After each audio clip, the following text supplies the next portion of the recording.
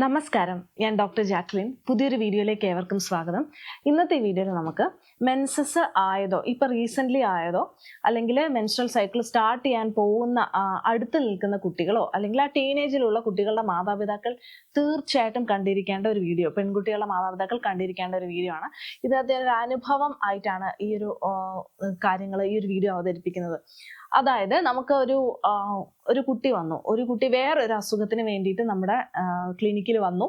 അപ്പോൾ നമ്മൾ ആ കുട്ടിയുടെ ആ ഒരു സ്കിൻ ഡിസീസ് ആയിരുന്നു. സ്കിൻ ഡിസീസിനെയൊക്കെ ട്രീറ്റ് ചെയ്യാൻ വേണ്ടിയിട്ടുള്ള കാര്യങ്ങളൊക്കെ ചെയ്ത് വെറുതെ ഒന്ന് മെൻസസിന്റെ കാര്യം ചോദിച്ചപ്പോൾ ആ കുട്ടി പറയുകയാണ്, 20 years ഉള്ള കുട്ടിയാണ്, 3 വർഷമായിട്ട് മെൻസസ് വന്നിട്ടേ ഇല്ല, ആയിട്ടില്ല, അതിനിടയ്ക്ക് എപ്പോഴോ ഒന്നായി, അല്ലാണ്ട് ആയിട്ടില്ല. അപ്പോൾ ഞാൻ ചോദിച്ചു എന്തുകൊണ്ട് ട്രീറ്റ്മെന്റ് ചെയ്തില്ല എന്ന് ചോദിച്ചു. പറഞ്ഞു ഇതാണ് സൗകര്യം, ഞാൻ ഹോസ്റ്റലിൽ നിൽക്കുന്നു, അപ്പോൾ മെൻസസ് വന്നില്ലെങ്കിൽ അതാണ് സൗകര്യം, കുഴപ്പമൊന്നുമില്ല, വയറുവേദന എടുക്കില്ലല്ലോ, ബ്ലീഡിങ് ഉണ്ടാവില്ലല്ലോ, അപ്പോൾ അതിൻ്റെതായ കാര്യങ്ങളിലേക്ക് കടക്കണ്ടല്ലോ എന്നുള്ളതാണ് ആ പെൺകുട്ടി പറഞ്ഞത്. എനിക്ക് വളരെ അത്ഭുതം തോന്നി.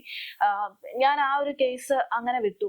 അതേപോലെ തന്നെ വേറൊരു കുട്ടിയും ഈ പറഞ്ഞതുപോലെ ഇപ്പോൾ വേറൊരു തടി വെക്കുന്നില്ല എന്നുള്ളൊരു കാര്യം കൊണ്ട് അതിന്റെ മാതാപിതാക്കൾ അതിന്റെ ട്രീറ്റ്മെന്റിന് വേണ്ടിയിട്ട് ആ കുട്ടിയെ കൊണ്ടുവന്നു. മെൻസ്ട്രൽ ഹിസ്റ്ററി ചോദിക്കുമ്പോൾ മെൻസസ് വന്നിട്ടില്ല. അപ്പൊ ആ കുട്ടി വീട്ടിൽ കൃത്യമായിട്ട് പറയുന്നില്ല, വന്നു എന്ന് പറയും, പക്ഷെ മെൻസസ് എല്ലാ മാസവും വരുന്നില്ല. അപ്പോൾ കുട്ടിയോട് ചോദിച്ചപ്പോഴും ആ കുട്ടി പറഞ്ഞു വന്നു കഴിഞ്ഞാൽ ഭയങ്കര ബുദ്ധിമുട്ടാണ് സ്കൂളിലൊക്കെ പോകുമ്പോൾ എന്നുള്ളതാണ് പറഞ്ഞത്.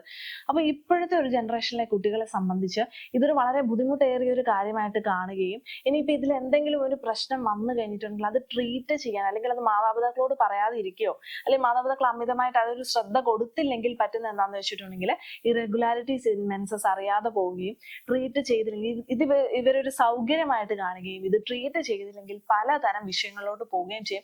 അതുകൊണ്ടാണ് ടീനേജ് മാതാപിതാക്കള് തീർച്ചയായിട്ടും പെൺകുട്ടികളുടെ മെൻസസ് കറക്റ്റായിട്ടും വരുന്നുണ്ട്, ഓവർ ബ്ലീഡിങ് ഇല്ല, അല്ലെ സ്കാൻഡി ബ്ലീഡിങ് ഇല്ല എന്നുള്ളത്. അപ്പോൾ ചില കേസസ് ഉണ്ട്, ആവുന്നുണ്ടോ എന്ന് ചോദിച്ചാൽ ആവും, വളരെ കുറച്ച് ബ്ലീഡിങ് 2 to 3 drops വന്നിട്ട് പോകുന്നു. കുട്ടികൾ അത് സൗകര്യമായിട്ട് എടുക്കും, അത് ട്രീറ്റ്മെന്റിലേക്ക് പോകുന്നില്ല എന്നുള്ളതാണ്. അപ്പോൾ എന്തൊക്കെ കാര്യങ്ങൾ ഉണ്ടെങ്കിൽ മെൻസസ് ഉണ്ടാവില്ല എന്നുള്ളത് നമുക്ക് ഈ വീഡിയോയിൽ നോക്കാം. PCOD ഉണ്ടെങ്കിൽ മെൻസസിൽ ചില വ്യത്യാസങ്ങൾ വരും, ആവാതെ ഇരിക്കാറുണ്ട്. അതുപോലെ തന്നെ കുട്ടിക്ക് അതിഭീകരമായിട്ട് മാനസിക സ്ട്രെസ് അനുഭവിക്കുന്ന ആളാണെങ്കിൽ, വേറെ എന്തെങ്കിലും ഒരു കാരണത്താൽ ഹോർമോണൽ ഇംബാലൻസ് ഉള്ള ആൾക്കാരാണെങ്കിൽ, ഡിപ്രഷൻ പോലത്തെ മാനസികമായിട്ടുള്ള പ്രശ്നങ്ങളുള്ള കുട്ടികളാണെങ്കിലും മെൻസസ് സാധാരണ വരാറില്ല. പിറ്റ്യൂട്ടറി ഗ്ലാൻഡിൽ എന്തെങ്കിലും പ്രശ്നങ്ങൾ ഉണ്ടെങ്കിലും മെൻസസിൽ ഇറഗുലാരിറ്റി അല്ലെ വരാതിരിക്കുകയോ ചെയ്യും. തൈറോയിഡിൽ പ്രശ്നങ്ങളുണ്ടെങ്കിൽ, തൈറോയിഡ് ഗ്ലാൻഡിന്റെ ഹോർമോൺസിനോ ഗ്ലാൻഡിനോ പ്രശ്നങ്ങളുണ്ടെങ്കിലും മെൻസസ് വരാതിരിക്കും. റീപ്രൊഡക്റ്റീവ് ഓർഗൻസിൽ എന്തെങ്കിലും പ്രശ്നം ഉണ്ടെങ്കിലും വന്നില്ല എന്നൊക്കെ രീതിയിൽ ഇരിക്കും.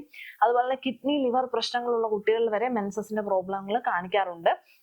അപ്പൊ അതുകൊണ്ടാണ് ഞാൻ പറഞ്ഞത്, ഏതാ പ്രശ്നം നമുക്കറിയത്തില്ല, ഏതാന്ന് കറക്റ്റായിട്ട് ഡയഗ്നോസ് ചെയ്യുക. ചെറിയ പ്രശ്നമൊക്കെ ആണെങ്കിൽ പരിഹരിക്കാം, വലിയ പ്രശ്നങ്ങളാണെങ്കിൽ അത് പരിഹരിക്കാൻ കുറെ സമയം വേണ്ടിയും കൂടെ വരും എന്നുള്ളത് കൊണ്ടാണ് നേരത്തെ കണ്ടുപിടിച്ചിട്ടുണ്ടെങ്കിൽ പരിഹരിക്കാം എന്ന് ഞാൻ പറയുന്നത്. അപ്പം കുട്ടികൾ മിക്കവാറും ഇപ്പോഴത്തെ കുട്ടികൾ പ്രത്യേകിച്ച് ഇതിനെക്കുറിച്ച് ചോദിച്ചു, ഇവർക്ക് ഇതിന്റെ ഇമ്പോർട്ടൻസോ അല്ലെങ്കിൽ ഇത് വരുത്തുന്ന ഒരു ശാരീരിക പ്രശ്നങ്ങളോ അറിയാത്തത് കൊണ്ട് കൂടുതലായിട്ട് മാതാപിതാക്കളോട് കൺഫസ് ചെയ്യില്ല കാര്യങ്ങളൊന്നും. അപ്പൊ മാതാപിതാക്കളാണ് ഇത് കറക്റ്റായിട്ട് മനസ്സിലാക്കി എടുക്കേണ്ടത് എന്നുള്ളതാണ്.